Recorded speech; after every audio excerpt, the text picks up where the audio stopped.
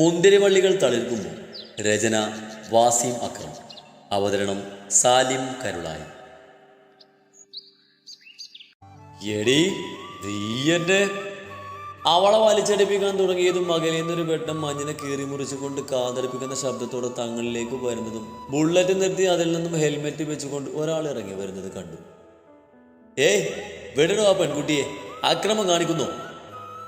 തൻ്റെ രക്ഷകനായി വന്ന ആ സ്വരം ഹൃദയത്തിലേക്ക് തുളഞ്ഞു കയറും പോലെ ആ ബുള്ളറ്റിന്റെ വെട്ടം മഞ്ഞിൽ തട്ടി പ്രതിധ്വനിച്ച് ആ വെട്ടത്തിലൂടെ നടന്നു വരുന്ന ആ രൂപത്തിലേക്ക് നോക്കി നിന്നു അവൾ കണ്ണിമ വെട്ടാതെ. അയാൾ തങ്ങളിലേക്ക് വരുന്നത് കണ്ടതും പെട്ടെന്ന് അവൾ ഉന്തി. അവന്റെ പെട്ടെന്നുള്ള നീക്കത്തിൽ പാറയും കുറ്റിക്കാടും കടന്ന് താഴ്ചയിലേക്ക് വീഴാനായി അവന്. വീഴ്ചയിൽ തലയിടിച്ചു. പേദപ്പുല്ലിലിരുന്ന് കൈകൊണ്ട് മുറുകെ പിടിച്ചു കിടന്നു. ക്രിസ്റ്റിയുടെ ബൈക്കകലുന്നത് കണ്ടതും ഭയം അകന്നു അവളിൽ നിന്ന്. ഏയ് കുട്ടി, കൈതാ. ആ സ്വരം പിന്നെയും അവളെ തേടി വന്നതും മുഖമുയർത്തി നോക്കി. നെറ്റിയിൽ നിന്നും വീഴുന്ന ചോര പുരുകത്തിലൂടെ കണ്ണിലേക്ക് ഒലിച്ചിറങ്ങിയതും കണ്ണ് ചിമ്മി തുറന്നു നോക്കി. മങ്ങിക്കാണുന്ന അയാളിലേക്ക് അവൾ അറിയാതെ കൈ നീടിയതും അവളുടെ കൈ പിടിച്ച് വലിച്ച് കയറ്റിയിരുന്നു. അവൾ ആ നെഞ്ചിൽ തൊട്ടുന്ന രീതിയിൽ നിന്നതും ആ കൈ അവളിൽ നിന്നും വിട്ടു കുറച്ച് അകന്നു. തന്നൊരു പ്രത്യേകതരം മണം വന്ന് പൊതിയുന്നത് അറിഞ്ഞു ജൂലി. എവിടെ നിന്നോ ഒരു കാറ്റ് തഴുകി പോകുന്നതും കണ്ണിൽ വീഴാൻ തുടങ്ങിയ ചോര തുളച്ചു നീക്കി തൻ്റെ മുന്നിലായി നിൽക്കുന്ന ആളെ നോക്കി നിന്നു. തൻ്റെ രക്ഷകൻ. തനിക്ക് കുഴപ്പമൊന്നുമില്ലല്ലോ അല്ലേ? തന്നിലേക്ക് നോക്കി ശാന്തമായി ചോദിക്കുന്നവനിലേക്ക് നോക്കി നിന്നു ജൂലി. വെളുത്ത കോട്ടൺ ജുബയും പാൻറ്റുമാണ് വേഷം. ചെറിയ കുഞ്ഞു കണ്ണുകളും മനോഹരമായ ചിരിയും ഐശ്വര്യമുള്ള മുഖവും മീശ ചെറുതായി നീട്ടി വളർത്തിയിട്ടുണ്ട്. പാനിന്റെ പോക്കലിൽ നിന്ന് ചെറിയ വെളുത്ത തൂവാലയെടുത്ത് നീട്ടി അവൾക്ക് നേരെ. ദേ ചോര തുടച്ചോളൂ. അവൻ നീട്ടിയ തൂവാല കൈ നീട്ടി മേടിച്ചു. മുഖത്തോടടുപ്പിച്ചതും അതിലെ മണം നാസികയിലൂടെ ഒരു ഉണർവ് നൽകിക്കൊണ്ട് തന്നിലേക്ക് വമിക്കുന്നത് അറിഞ്ഞു അവൾ. ചുണ്ടിലെ ചോരയൊപ്പിയതും നീറ്റൽ കൊണ്ട് എരിവ് വലിച്ചു. അയാൾ ആരാ? തന്നെ എന്തിനാ ഉപദ്രവിച്ചത്? അവനിൽ നിന്നും കേൾക്കുന്ന വാക്കുകളിലായിരുന്നില്ല തൻ്റെ കണ്ണുകൾ, മറിച്ച് തിളങ്ങുന്ന ആ കണ്ണുകളിലും ശാന്തമായ ആ മുഖത്തുമായിരുന്നു. എടോ, തന്നോടാ ചോദിച്ചത്. വിരൽ മുഖത്തോടടുത്തായി ഞെട്ടിച്ചുകൊണ്ട് ചോദിച്ചതും കണ്ണു വെട്ടി ഞാൻ അയാളെ നോക്കി. അത് എന്താ? അവനെന്താണ് ചോദിച്ചതെന്ന് മനസ്സിലാവാതെ കണ്ണു പിടിച്ചു. ഒന്നുമില്ല. ഈ സമയം ഇയാൾ എങ്ങനെ ഇവിടെ വന്നു? അവനത് ചോദിക്കുമ്പോൾ അവളുടെ കണ്ണുകൾ നിലത്ത് കിടക്കുന്ന സൈക്കിളിലേക്ക് നീണ്ടിരുന്നു. അവളുടെ കൂടെ അവൻ്റെ കണ്ണും അതിലേക്ക് തറച്ചു വീണു. തറയിൽ വീണ് കിടക്കുന്ന പാത്രങ്ങളും അതിൽ നിന്നും ചെറുതായി ഒഴുകുന്ന പാൽത്തുള്ളികളും അവനുള്ള ഉത്തരമായിരുന്നു. തൻ്റെ വീട്ടിൽ ആണുങ്ങൾ ആരുമില്ലേ പാല് കൊണ്ട് കൊടുക്കാൻ? ചോദിച്ചുകൊണ്ട് നിലത്ത് കിടന്നിരുന്ന സൈക്കിൾ പോക്കി സ്റ്റാൻഡിൽ വെച്ചു. അയാളാ വീട്ടിലെയാ? അത്രയും പറഞ്ഞുകൊണ്ട് നിലത്ത് കിടക്കുന്ന പാത്രങ്ങൾ എടുക്കുമ്പോഴാണ് തൻ്റെ ടോപ്പിൻ്റെ ഒരു വശം കീറി തുടങ്ങി കിടക്കുന്നത് കാണുന്നത്. ഇടം കൈ കൊണ്ട് പൊത്തി പിടിച്ച് അയാളെ നോക്കുമ്പോൾ പ്രത്യേകിച്ച് ഭാവമാറ്റമൊന്നുമില്ലാതെ നേർത്തൊരു ചിരി ചിരിച്ച് നിൽക്കുകയാണ്. പാത്രം സൈക്കിളിൽ തൂക്കിയിട്ട് ഷോളിനായി പരതിയാവും. ആ പിടിവലിയിൽ നഷ്ടമായതെന്ന് മനസ്സിലായി. ഇരുട്ടായതിനാൽ കാണാനും വയ്യ. അവളുടെ പരിങ്ങിൽ കണ്ടതും കഴുത്തിലെ സ്കാർഫ് അടിച്ച് അവൾക്ക് നേരെ നീട്ടിയാവും. ആ മുഖത്തേക്ക് നോക്കി അത് മേടിച്ച് കഴുത്തിലൂടെ ഇട്ടുപോകും. തനിക്ക് എവിടെയാ പോകേണ്ടത്? ഞാൻ കൊണ്ടാക്കണോ? വേണ്ട, ഞാൻ പോയിക്കോളാം. എനിക്ക് പേടിയില്ല. വർഷങ്ങളായി നടക്കുന്ന വഴിയാണ്. പെട്ടെന്ന് അവൻ അങ്ങനെയൊക്കെ ചെയ്തപ്പോൾ എതിർക്കാൻ സാധിച്ചില്ല. അതാണ്. നന്ദിയുണ്ട്. അവൾ ഇരു കൈകളും കൂപ്പിക്കൊണ്ട് പറഞ്ഞു. അതിനവനിൽ നിന്നുള്ള ഉത്തരം മനസ്സ് നിറയെ മനോഹരമായൊരു ചിരിയായിരുന്നു. ആ ചിരിയിൽ എന്തുകൊണ്ടോ മനസ്സ് കുടുങ്ങിപ്പോകുന്നത് അറിഞ്ഞ ജൂവൽ പെട്ടെന്ന് മുഖം പൊടിച്ച് സൈക്കിൾ സ്റ്റാൻഡിൽ നിന്ന് എടുത്ത് മുന്നോട്ട് നടന്നു. ഏയ്, കുട്ടി ഇടവകയിലുള്ളതാണോ? ആ ചോദ്യം കേട്ട് തിരിഞ്ഞു നോക്കുമ്പോൾ തനിക്ക് നേരെ നോക്കി നിൽപ്പുണ്ടവൻ. എൻ്റെ പേര് ജുവൽ മരിയ എന്നാണ്. ആഹാ, ജുവൽ കൊള്ളാലോ. ജുവൽ മരിയ, നല്ല പേര്. അപ്പൊ ശരി ജുവൽ, താനെന്നാ പൊക്കോളൂ. സൂക്ഷിച്ചു പോകണം. സൗമ്യമായി ചിരിച്ചുകൊണ്ട് ബുള്ളറ്റിൻ്റെ അടുത്തേക്ക് നടന്നു. അവനായി ചെറിയൊരു ചിരി നൽകിക്കൊണ്ട് അവളും നടന്നു. അവൾ അറിയുന്നുണ്ടായിരുന്നു തൻ്റെ പിറകിലൊരു നിഴൽ പോലെ വരുന്നവൻ. എന്തുകൊണ്ടോ അവളിലും ഒരു ചിരി വിരിഞ്ഞു. ആ മഞ്ഞിൻ്റെ കുളിരിൽ ദേഹമാകെ പടരുന്ന തണുപ്പിനെ ആദ്യമായി ഇഷ്ടപ്പെട്ടു. വീടിൻ്റെ ഗേറ്റ് തള്ളി തുറന്ന് അകത്തേക്ക് കയറിയപ്പോൾ അവൾ അറിഞ്ഞു ആ ബുള്ളറ്റ് ശബ്ദം നേർത്ത് വരുന്നത്. തിരിഞ്ഞു നോക്കിയപ്പോൾ കണ്ടു ആ ചുവന്ന വെട്ടം അകലുന്നത്. കഴുത്തിൽ കിടന്ന സ്കാർഫ് എടുത്ത് മണപ്പിച്ച് ഒരു ചിരിയോടെ സൈക്കിൾ സ്റ്റാൻഡിൽ വെച്ച് പാത്രമെടുത്ത് അടുക്കള ഭാഗത്തുകൂടെ ചെന്ന് പൈപ്പ് തുറന്ന് കൈയും മുഖവും കഴുകി നെറ്റിയിൽ വെള്ളം തൊട്ടതും നീ. എടി പെണ്ണെ, നീ എന്താണ് ഇത്രയും താമസിച്ചത്? ആരുടെ കൂടെ നിരങ്ങിയിട്ടുള്ള വരവാടി? റീനയുടെ ശബ്ദം കേട്ടും മുഖം ഉയർത്തി നോക്കിയവൾ. ചുരിദാർ ടോപ്പിൽ മുഖം തുടച്ചുകൊണ്ട് നേരെ നിന്നവൾ. അപ്പോഴും അവളുടെ ശ്രദ്ധ അവളുടെ ഉലഞ്ഞ മുടിയിലും കീറിയ ചുരിദാറിലായിരുന്നു. നിങ്ങളുടെ മോനോട് ചോദിച്ചു നോക്ക്, അപ്പ അറിയാം. ദേഷ്യത്തോടെ പറഞ്ഞുകൊണ്ട് അവരെയും കടന്ന് അകത്തേക്ക് കയറിയതും അവളുടെ കൈമുട്ടിൽ പിടിച്ചു നിർത്തിയെറിയുന്നു. എന്താടി നീ പറഞ്ഞത്? ഉറങ്ങി കിടക്കുന്ന കൊച്ചിനെ കുറിച്ച് അനാവശ്യം പറയുന്നോടി. അനാവശ്യമല്ല, ഞാൻ പാല് കൊടുത്തു വരുന്ന വഴിക്ക് എന്നെ കയറി പിടിച്ചു നിങ്ങളുടെ മോന്. അവളത് പറഞ്ഞതും അവളുടെ കവിളിൽ ആഞ്ഞടിച്ചു റീന. അടിയുടെ ശക്തിയിൽ ചുവരിലേക്ക് വേച്ചു പോയവൾ മുഖത്ത് കോപം നിറഞ്ഞതും വിരൽ ചൂണ്ടിക്കൊണ്ട് അവളുടെ നേരെ തിരിഞ്ഞവൾ. ദേ, ഞാൻ പല പ്രാവശ്യം പറഞ്ഞിട്ടുണ്ട് നിങ്ങളോട് എന്നെ തല്ലരുതെന്ന്. സ്വന്തം മോൻ തെറ്റ് ചെയ്താ എന്നെയല്ല തല്ലേണ്ടത്, അവനെയാണ്, ആ ക്രിസ്റ്റിയെ. നിങ്ങൾക്ക് അറിയാം അവനെന്നെ. വേരോടെ പറഞ്ഞെങ്കിലും വാക്കുകൾ മുറിഞ്ഞു അവളുടെ. എന്നിട്ട് നിങ്ങൾ അവന്റെ സൈഡിലാണ്. എന്തുകൊണ്ട്? ഞാൻ ആരും ഇല്ലാത്തവളായതുകൊണ്ട്. ഇനി തൊട്ടാ അവനെ ഞാൻ. നീ എന്ത് ചെയ്യൂടി അവനെ? റീന പറഞ്ഞവൾക്ക് നേരെ വന്നതും അവരുടെ മുന്നിൽ തടസ്സമായി ഒരാൾ വന്നതെന്ന്. മതി മതി, എന്താ ഇത് നേരെ വെളുത്തപ്പോഴേ? ജെയ്സനാണ്, റീനമ്മയുടെ രണ്ടാമത്തെ മകൻ. നീ കേട്ടോ ഇവൾ പറഞ്ഞത്? ക്രിസ്റ്റി അവളെ. അവര് പറഞ്ഞതും അവളുടെ നേരെ തിരിഞ്ഞു അവൻ. ജുവൽ, നീ ആവശ്യമില്ലാത്ത വർത്താനം പറയരുത്. ചേട്ടായി റൂമിൽ കിടന്ന് ഉറങ്ങുക, ഞാനിപ്പോ കണ്ടതാണ്. അതിനുത്തരമായി പൂച്ചം നിറഞ്ഞ ചിരിയോട് അവനെയും കടന്ന് അവൾ മുറിയിലേക്ക് പോയിരുന്നു. മുറിയിലേക്ക് കയറിയതും കഥക് വലിച്ചടിച്ച് കൺകോണിൽ നാമ്പിട്ട കണ്ണുനീരിനെ കവളിനെ പുണരാൻ സമ്മതിക്കാതെ കഴുത്തിലെ സ്കാഫ് കൊണ്ട് തുടച്ചു. കൺമുന അതിലുടക്കിയതും മൂക്കിൻ തുമ്പത്ത് വെച്ച് മണത്തു. ഒന്നേ. അന്നമ്മയുടെ വിളി കേട്ടത് മുഖം അമർത്തി തുടച്ച് സ്കാഫ് ദേഹത്തിട്ടുകൊണ്ട് ആ കട്ടിലിന്റെ അടുത്ത് പോയി മുട്ടുകുത്തിയിരുന്നു. നെറ്റിക്ക് എന്ത് പറ്റി? എന്റെ കുഞ്ഞ് കരയുവാണോ? എവിടെയും വീണോ? എന്റെ അന്നമ്മേ, എല്ലാം കൂടി ഒറ്റ ശ്വാസത്തിൽ ചോദിച്ചാ ഞാൻ എങ്ങനെ പറയും? അവരുടെ താടിയിൽ പിടിച്ച് വലിച്ചുകൊണ്ട് ചോദിച്ചു അവൾ. അതൊന്ന് ബാലൻസ് പോയി കാലിൽ കയറി വീണു, അതാ. എനിക്കൊന്നുമില്ല, നെറ്റിപ്പൊട്ടി കുറച്ച് ചോര പൊടിഞ്ഞു, അത്രേ ഉള്ളൂ. ഞാൻ ഈ തുണിയൊക്കെ ഒന്ന് മാറിയിട്ട് ചെല്ലട്ടെ, അല്ലെങ്കിൽ ആ പൂതന ഇളകും. പറഞ്ഞുകൊണ്ട് അവിടുന്ന് എഴുന്നേറ്റു. എന്റെ പൊന്നെന്തെങ്കിലും മറച്ചു വെക്കുന്നുണ്ടോ എന്നോട്? എന്തുണ്ടെങ്കിലും പറയണം. കിടപ്പിലാണെങ്കിലും എന്തെങ്കിലും ചെയ്യാൻ പറ്റും വല്യമ്മച്ചിക്ക്. ഏയ്, അങ്ങനെയൊന്നുമില്ല, ഒന്ന് വീണു, അത്രേ ഉള്ളൂ, ഇനി വീടില്ല കേട്ടോ. പറഞ്ഞുകൊണ്ട് കയ്യിലിരുന്ന സ്കാഫ് നെഞ്ചോട് ചേർത്ത് പിടിച്ചു. പിന്നാലമാര തുറന്ന് തന്റെ തുണികൾക്കിടയിലേക്ക് വെച്ചു. ഈ സമയം മങ്ങകലി പാൻറിന്റെ പോക്കറ്റിൽ നിന്നും ഒരു മെഴുകുതിരിയെടുത്ത് കത്തിക്കൊണ്ട് നിൽക്കുന്ന തിരിയിൽ നിന്നും തീയെടുത്ത് അതിനടുത്തായി കത്തിച്ച് വെച്ച് പ്രാർത്ഥിച്ചു വന്നു. പിന്നെ ബുള്ളറ്റുമായി പള്ളിയിലേക്കുള്ള വഴിയെ പോയി. കോളിംബെല്ലടിച്ചതും 60 വയസ്സെടുത്ത് പ്രായം തോന്നിക്കുന്നൊരാൾ വന്ന് കതക് തുറന്നു. ആരാ?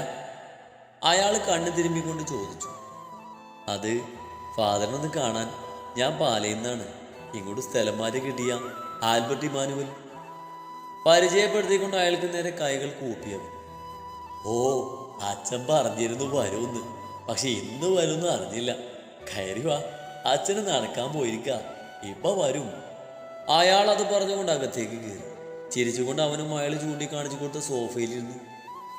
പുതിയ അച്ഛൻ വരുന്നു പറഞ്ഞപ്പോ ഇത്രയും വെളുപ്പിനെത്തുമെന്ന് കരുതിയില്ല. അയാൾ തോളിൽ കിടന്ന് തോർത്തെടുത്ത് കുടഞ്ഞുകൊണ്ട് പറഞ്ഞുകൊണ്ട് പോയി. ആൽബർട്ട് ചെറിയ ചിരിയോടെ ആ സോഫയിലേക്ക് ചാഞ്ഞു. ജുവൽ കറിവേപ്പിലെടുത്ത് തൊഴുത്തിലൂടെ അടുക്കള വശത്തേക്ക് നടന്നതും അവളുടെ കയ്യിൽ കയറി പിടിച്ച് തൊഴുത്തിന്റെ ചുവരോട് ചേർത്ത് നിർത്തി അവളെ. മുഖം നോക്കാതെ തന്നെ അവൾക്ക് മനസ്സിലായിരുന്നു അതാരാണെന്ന്. നിനക്ക് എന്നാത്തിന്റെ സൂക്കേടാണ് പട്ടി? ചോദിച്ചുകൊണ്ട് അവന്റെ നെഞ്ചിൽ ആഞ്ഞടിച്ചു. എനിക്ക് എന്നാത്തിന്റെ സൂക്കേടാണെന്ന് മോൾക്ക് അറിയാലോ, അതിനുള്ള മരുന്ന് നിന്റെ അടുത്തുണ്ട്. പറഞ്ഞുകൊണ്ട് അവൾ ഇറങ്ങിക്കിടക്കുന്ന ടോപ്പിന്റെ കഴുത്തിലൂടെ മാറടുക്കിലേക്ക് കൊതിയോടെ നോക്കുന്നവനെ ശക്തിയിൽ പിടിച്ച് തള്ളിക്കൊണ്ട് മുന്നോട്ട് നടന്നു.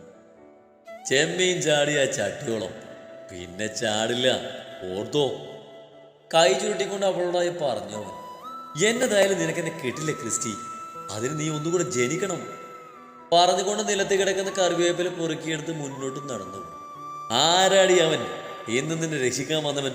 പറഞ്ഞു വെച്ചതുപോലെ വാശിയോടവൻ ചോദിച്ചതും നേർത്ത മഞ്ഞിൻ പുതപ്പ് നീക്കി തന്റെ അടുത്തേക്ക് വന്ന ആ രൂപം മനസ്സിൽ തെളിഞ്ഞതും ഒരു നേർത്ത തണുപ്പ് അനുഭവപ്പെട്ടു അവൾ.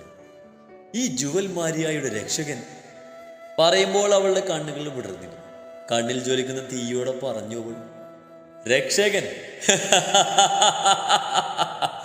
അതിഷ്ടായി ജുവലെ, ആയിക്കോട്ടെ. പക്ഷേ അതിനു മുമ്പ് എനിക്കുള്ളത് തന്നിട്ട് പോയിക്കോ നീ. ചുമരിൽ ചാരി താടിയൊടിഞ്ഞ ഒരു വഷളൻ ചിരിയോടെ പറഞ്ഞവൻ. പോടാ നാറി പറഞ്ഞുകൊണ്ട് അവൻ നോക്കാതെ പോയിരുന്നു.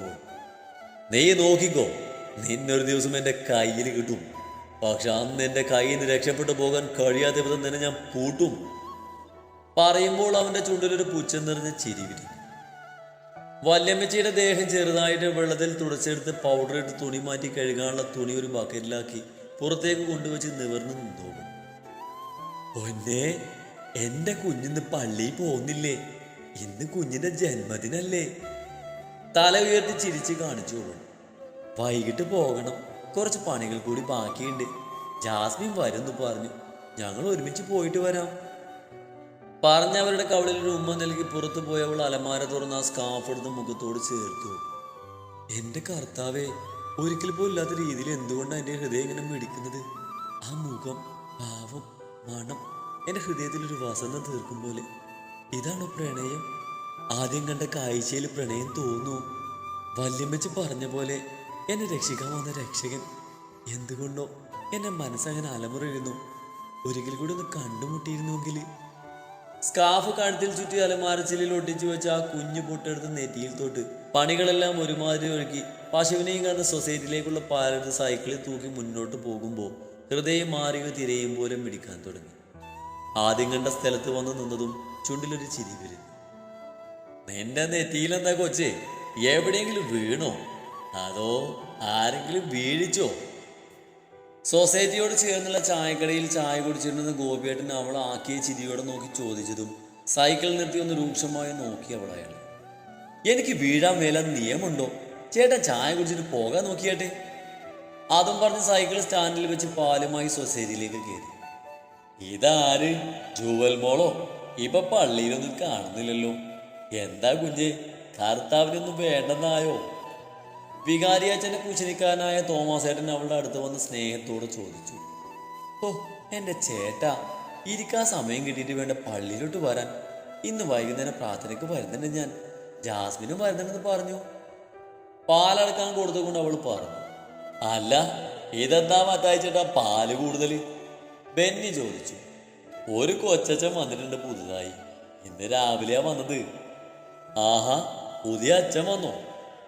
ആ, ഒരു ചെറിയ അച്ഛനാണ്. ആദ്യം ഈ പള്ളിയിലേക്കാണ് കിട്ടിയത്. നല്ലൊരു പയ്യൻ. അയാൾ പറയുന്നൊന്നും ജുവൽ കേൾക്കുന്നുണ്ടായിരുന്നില്ല. അവളുടെ കണ്ണുകൾ ആ കവയിലാകെ പരതിക്കൊണ്ടിരുന്നു. ഒരിക്കൽ കൂടി കാണുമെന്ന് പ്രതീക്ഷ. എടി ജാസ്! ചെമ്പരത്തി വേലിയിൽ പിടിച്ചുകൊണ്ടൊരു ചെറിയ ഓടിട്ട വീടിന് മുന്നിലേക്ക് നോക്കി വിളിച്ചു ജുവൽ. ഒരു പാവാടയും ടോപ്പൂട്ട പെൺകുട്ടി അകത്തിന്ന് ഇറങ്ങി വന്നു. എന്റെ ജുവലെ കാറാതെ, ഞാൻ വരുന്നു. അവൾ ആണ്ടിലൊരിക്കൽ പള്ളിയിൽ വരും. എന്നിട്ടോ എവിടെ ഇല്ലാത്തൊരു തിരക്കും. കയ്യിലിരുന്ന ഷാളും കഴുത്തിലിട്ട് കൊണ്ട് പറഞ്ഞു ജാസ്മിൻ. ജുവലിന്റെ ഒരേ ഒരു കൂട്ടുകാരിയാണ്. മത്തായി ചേട്ടൻ ഇളയ മകളാണ് ഈ ജാസ്മിൻ. അടുത്തേക്ക് വന്ന ജാസ്മിൻ അടിമുടി ഒന്ന് സൂക്ഷിച്ച് നോക്കി ജുവൽ. അല്ല, ഇന്നെന്തൊരു പ്രത്യേകത പോലെ. ഒട്ടും പൗഡർ വാരി പൊത്തിയിരിക്കുന്നു. അല്ല മോളെ, എന്താ ഒരു ഇളക്കം? ഏളിയിൽ കൈകുത്തിക്കൊണ്ട് ജുവല് ചോദിച്ചു. എടി, നമ്മുടെ പള്ളിയിൽ പുതിയ അച്ഛൻ വന്നിട്ടുണ്ട്. എൻ്റെ ജുവലേ, എന്നെ ഒരു ഗ്ലാമറാണെന്നോ? ഞാനിന്ന് രാവിലെ അപ്പനെ കാണാൻ പോയപ്പോ കണ്ടതാ. നോക്കിന്ന് പോകുന്ന ജുവലേ. ജാസ്മിൻ അത് പറഞ്ഞതും അവളുടെ കയ്യിൽ അടിച്ചു ജുവൽ. ദൈവകോപം പറയുന്നു ജാസ്, ആരും കേൾക്കണ്ട. എൻ്റെ കർത്താവേ, ഇവളോട് പൊറുക്കേണമേ. എടി ജുവൽ, ഈ സൗന്ദര്യം ഉണ്ടല്ലോ, അത് ആസ്വദിക്കാനുള്ളതാ. അതിപ്പോ അച്ഛനാണോ മെത്രാനാണോ നോക്കേണ്ട കാര്യമില്ല. നീ എന്ത് കണ്ടു നോക്ക്. സത്യം, നീ പ്രേമിച്ചു പോകൂ ജുവൽ. ഇങ്ങനെയൊക്കെ എന്തിനാണോ അച്ഛൻ പടത്തിന് പോയത്? എടി ജാസെ, നീ വരുന്നുണ്ടോ? എനിക്കൊരു അച്ഛനെയും വേണ്ട. എൻ്റെ വല്യമ്മച്ചി പറഞ്ഞ പോലെ എൻ്റെ രക്ഷകനെ ഇന്ന് രാവിലെ ഈ ആനമേലിൽ അവതരിച്ചിട്ടുണ്ട്. ജുവൽ ഒരു ചെറിയ നാണത്തോടെ പറഞ്ഞതും അവളുടെ മുന്നിലായി കയറി നിന്നു ജാസ്മിൻ. സത്യം? ആരാ ജുവൽ? വല്ല മിന്നൽ മുരളിയോ മറ്റാണോ? നിന്റെ ജീവിതത്തിലേക്ക് മിന്നലായി വന്നതാണോ? എങ്കിൽ പുറകെ ഇടിയും മഴയൊക്കെ ഉണ്ടാകും. അല്ല ക്രിസ്റ്റിയെ പറയുകയും ചിരിച്ചു. എനിക്കറിയില്ല ജാസ്, എന്നതായാലും എനിക്ക് ഇഷ്ടമായി. ആദ്യമായി ഒരാൾ എൻ്റെ ജീവിതത്തിലേക്ക് എന്നെ അവനിന്ന് രക്ഷിക്കാൻ. മഞ്ഞിൽ പുതപ്പ് നീക്കി എന്നെ നെഞ്ചിലേക്കാണ് ജാസ്. എനിക്ക് ഒന്നുകൂടി കാണാൻ തോന്നുക പറഞ്ഞുകൊണ്ട് ആ ചെറു തണുപ്പിൽ സ്വയം ചൂടേകാൻ കൈകൊണ്ട് പൊതിഞ്ഞു നിന്നു. എൻ്റെ അമ്മച്ചി, റൊമാൻറ്റിക്. അത് എൻ്റെ ജുവലിന്. നീ നോക്കിക്കോ, കർത്താവ് നിനക്ക് കാണിച്ചു തരും നിന്റെ ആ രക്ഷകനെ. നീ വാ പറഞ്ഞുകൊണ്ട് അവളുടെ കയ്യും പിടിച്ച് മുന്നോട്ട് നടന്നു. കുത്തനെയുള്ള പടിക്കെട്ടുകൾ ഓടിക്കയറുമ്പോൾ അവൾ അറിയുന്നുണ്ടായിരുന്നില്ല തൻ്റെ ജീവിതം പോലും മാറി മറിയാൻ പോകുന്ന വഴിയിലേക്കുള്ള പടികളാണ് താൻ കയറുന്നത്. വൈകിട്ട് പ്രാർത്ഥനയ്ക്ക് ആളുകൾ കുറവായിരുന്നു. മെഴുകുതിരി കത്തിച്ച് മുട്ടുമേൽ നിന്ന് പ്രാർത്ഥിച്ചു. എൻ്റെ കർത്താവേ, അയാൾ ആരാണെന്നോ എന്താണെന്നോ ഒന്നും എനിക്കറിയില്ല. പക്ഷേ എന്നാ ജുവൽ അയാളെ സ്നേഹിച്ചു തുടങ്ങി. അറിയില്ല ഇങ്ങനെ സ്നേഹിക്കാനാകുമോ എന്ന്. എനിക്ക് തന്നേക്കണേ, എൻ്റെ കൺമുന്നിൽ ആ മുഖം ഒരിക്കൽ കൂടി കൊണ്ടുവരണേ. കണ്ണടച്ച് പ്രാർത്ഥിച്ചതും ഒരിക്കൽ കൂടി ആ മണം തന്നെ പൊതിയും പോലെ. കണ്ണങ്ങനെ തന്നെ അടച്ചുകൊണ്ട് ആ മണം അങ്ങനെ തന്നെ തന്നിലേക്ക് ആവാഹിച്ച് കണ്ണു തുറന്നതും മുന്നിൽ കർത്താവിൻ്റെ ക്രൂശിത രൂപത്തിലേക്ക് നോക്കി കുരിശു വരച്ചു. ചാടി എഴുന്നേറ്റ് പുറകിലേക്ക് നോക്കിയതും ആരും ഉണ്ടായിരുന്നില്ല. എന്നതാ ജുവൽ അന്തം വിട്ട് നിൽക്കുന്നത്? നീ ആരെയും നോക്കുന്നത്? ജാസ്മിൻ്റെ ചോദ്യത്തിന് ഉത്തരം നൽകാതെ വെളിയിലേക്ക് ഓടിയിറങ്ങിയതും തൻ്റെ ഹൃദയം തുടികൊട്ടിയ മണത്തിനുടമയെ തേടി പടികൾ ഇറങ്ങുകയും കയറുകയും ചെയ്യുന്ന കുറച്ചു പേരാരാണെന്ന് മനസ്സിലാകാതെ നാല് പാടും നോക്കി. എടി, ദേ പോകുന്നു പുതിയ അച്ഛൻ. തൻ്റെ കയ്യിൽ പിടിച്ചുകൊണ്ട് ജാസ്മിൻ പറഞ്ഞതും താല്പര്യമില്ലാതെ തൻ്റെ കണ്ണുകൾ അവൾ ചൂണ്ടിയിടത്തേക്ക് നോക്കി. പടികളിറങ്ങി പോകുന്ന ലോഹിയിട്ട് വരാം. ഷോ, മുഖം കാണാൻ പറ്റിയില്ല. അവളത് പറയുമ്പോഴും കണ്ണുകൾ തൻ്റെ പ്രണയത്തെ തേടുകയായിരുന്നു. ആ അകന്നു പോകുന്നത് തൻ്റെ പ്രാണനാണെന്ന് അറിയാതെ, ജുവലിൻ്റെ മാത്രം പ്രണയമാണെന്ന് അറിയാതെ.